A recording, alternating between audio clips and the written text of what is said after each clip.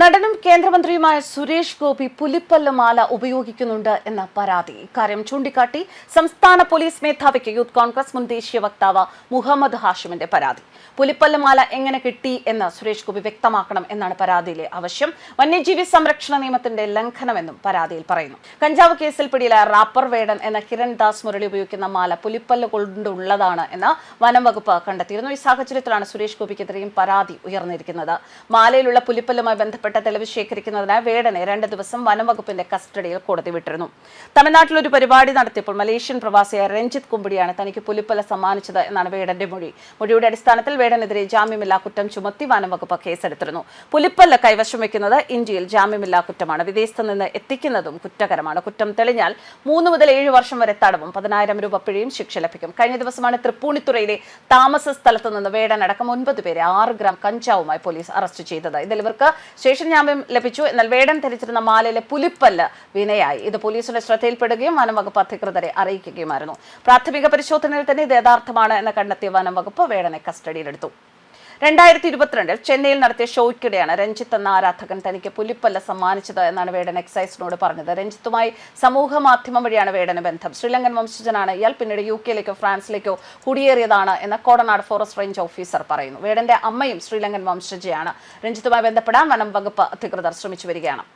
ഇതിനു മുൻപ് മോഹൻലാൽ ഇതുപോലെ ആനക്കൊമ്പ് വിവാദത്തിൽപ്പെട്ടിരുന്നു. മോഹൻലാലിന്റെ കൊച്ചിയിലുള്ള വീട്ടിൽ നിന്ന് 2011 ആദായ നികുതി വകുപ്പിന്റെ ഒരു പരിശോധനയിൽ 2 ജോഡി ആനക്കൊമ്പുകൾ കണ്ടെടുത്തത്.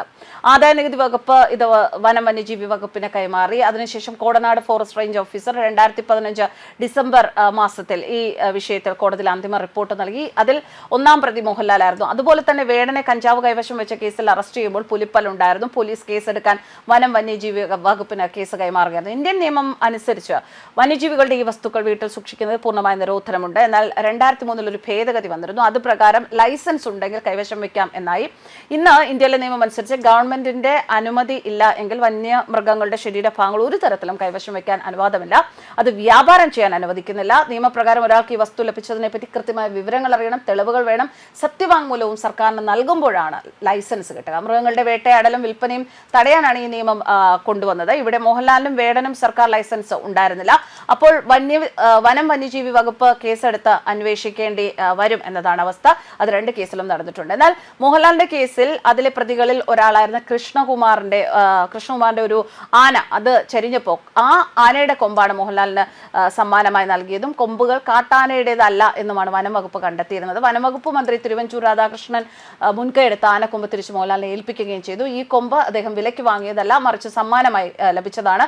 വേടനും പുലിപ്പല്ല് വിലയ്ക്ക് വാങ്ങിയതല്ല, സമ്മാനമായി ലഭിച്ചതാണ് എന്ന് തന്നെയാണ് പറയുന്നത്. അതുകൊണ്ട് വേടനും നീതി ലഭിക്കണം എന്നാണ് പറയുന്നത്. എന്തായാലും ഇപ്പോൾ ഈ വിഷയത്തിൽ സുരേഷ് ഗോപിക്കും പാര വരും എന്ന് തന്നെയാണ് പ്രതീക്ഷിക്കേണ്ടത്. സുരേഷ് ഗോപിയുടെ കഴുത്തിൽ അണിഞ്ഞിരിക്കുന്ന പുലിപ്പല്ല് മാലയ്ക്കും അദ്ദേഹം മറുപടി പറയേണ്ടി വരും എന്ന് തന്നെയാണ് പ്രതീക്ഷിക്കേണ്ടത്. News desk കർമാനസ്.